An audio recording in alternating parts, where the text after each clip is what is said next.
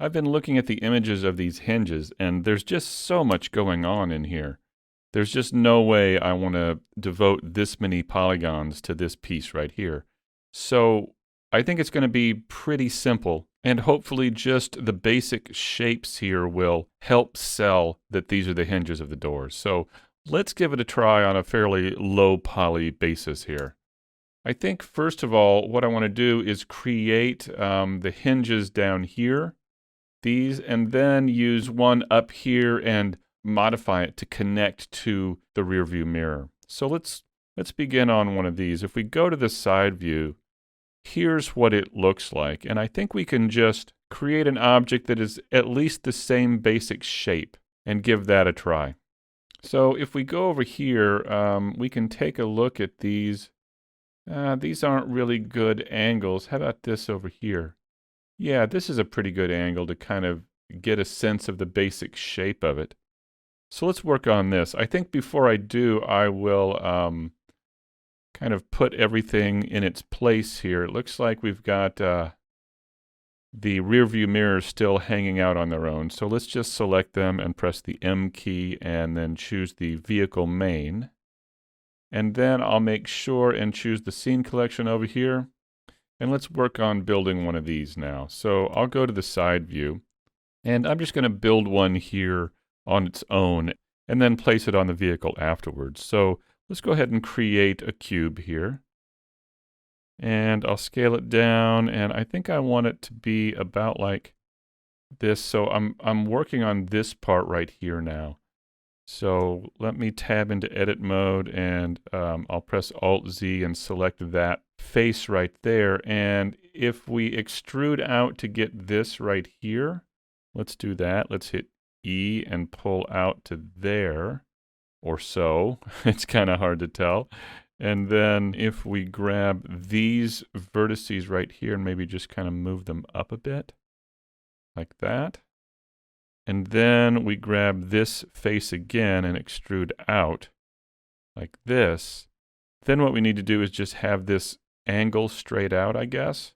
And I guess to do that, what we can do is tumble around here, go to edge select and just select that edge.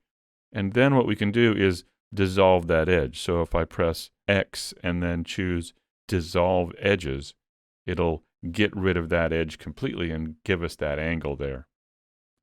All right, so let's see how we're doing here. I think what let's do is maybe move this up a bit. All right, so we've got this now. What let's do is get rid of the back of it. I'll just use the C key and the circle select to select those, and then hit X and delete faces. And then let's scale in the X and kind of bring that in like this. Okay, so now we've got that. What little very low poly details can we add to kind of sell this? I think maybe, I mean, this is all cut into the actual vehicle, and we could do a Boolean again the way we did with the doors, but I'm just not wanting to add that many polys for this small of a piece.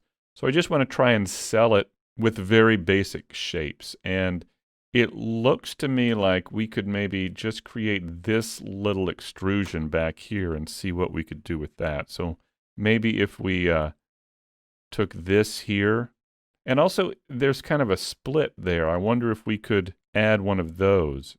Well, let's try that. Now that we've created this edge, let's press Control B and pull this out just a bit like this.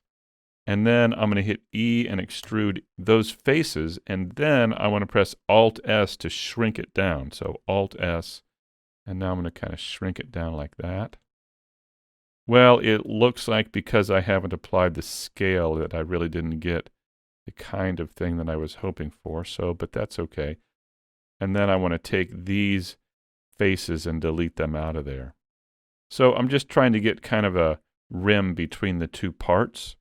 Now that I realize I haven't applied the scale, let's go ahead and go back into object mode and press Control A and apply the scale there, so that as we inset things and maybe bevel some edges, things will be a little more even. So let's take this face here and hit I and move this in like this. and maybe scale in the Z with S and Z. And now let's just extrude out. Let's just pull this out like this. And it's not exactly like this, I know, but I'm just trying to get something that suggests this kind of detail. Over here, we could maybe do a similar thing, hit the I key and kind of inset in like this, and maybe scale out in the Y, S and Y, kind of like that. And then let's move this over here, and let's extrude this out as well, like that. Something like that. Now, I feel like we could bevel a couple of the edges at the very least, just to kind of try and sell the curvature around here. So let's press Control B and kind of bevel that out. Scroll the mouse wheel to add a few edges. Maybe something like that.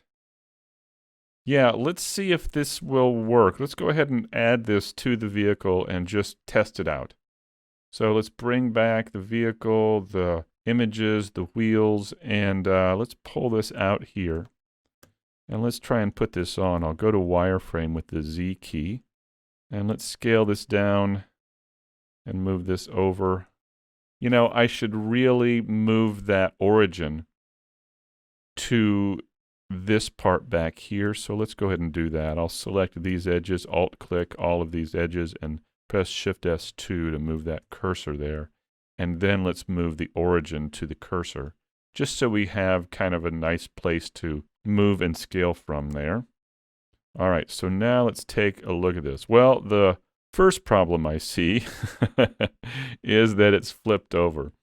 If we just rotated this, that really wouldn't do it, would it? We're going to have to mirror it. So let's mirror it in the Z-axis. Let's press Control-M and then Z and then Enter, and that'll mirror it over so it's the proper orientation. And let's kind of scale it out. Maybe I'll scale it in the Z a bit, kind of put it in place right here. Now let's tumble around and get it actually placed on the vehicle itself. Right in here. Let's zoom in with the period key. And I'll just pull it in about like this. All right, so let's now grab this and let's put this one in place up here. Shift D, Z, and we move it up to here. Okay. And then let's take this and let's move it over to here. So let's press Shift D, Y, and move this over. Now, we do need to spin this one around. This one we can do without mirroring. We can just spin it in the x-axis. So let's press RX180. There we go. We can spin that around and put that right in there. Yeah, okay. So now we need to deal with this one up here. So let's take this and duplicate it. Shift D, Z, and move it on up. I'll check it out in wireframe here just so we can get it in the right place. There we go. Now I think we're probably going to have to make it a little bit thicker. We could move this in a bit. Yeah, I think that's pretty good. We could maybe widen it out with S and X and kind of pull that out and then put it in just a bit like that. There we go. Now, this is cutting into the window. We don't want that. So why don't we grab these faces over here with the border select tool and just delete faces. And then what we can do is select this edge, Alt-click this edge right in there if you can see it. And then I'm going to hit the F key, fill that face, and move it back just a bit like that. All right, so we aren't cutting into the window now. But we do need to create some sort of a panel piece right here for the rear view mirrors to go on. So let's go ahead and just create a cube right here. And I'll take it down to maybe like 0.01, something like that. Oh, that's a little too small, isn't it? Once again. All right, so let's pull this out. Press S and X and kind of scale it down, and then let's scale it in the Z, and we'll scale it in the Y with S and Y. So I'm just creating this plate right here. So if I move it over here and move it back, something like this, So what let's do is tab into edit mode, and let's create 4 edges here. I'll just scroll the mouse wheel. And then let's take this one and this one with Alt-Shift-Click and scale in the Z, and let's move it out to about right here. And then these two, let's do the same things, S and Z, and scale these out. All right, so now that we have those in place, I can select these faces here, and it looks like they are on the inside of the rear view mirror. That's good, that's where we have it. So let's go ahead and just hit E and pull out some. And then what we can do is scale in the Y, S, Y, and bring these in. And then let's go ahead and apply the scale here. Now let's grab these edges in here, right there, and let's give those a little bevel. Control B, and I'll pull out some, and we'll give those a little bevel to kind of round that out. All right, so now what we need to do is just apply or add a little bit of a bolt here, and I feel like those rear view mirrors actually need to come forward a bit. So what I'm going to do, instead of moving them in object mode, since we have a mirror modifier on them, I'm going to tab into edit mode, and I'll turn on the edit cage over here.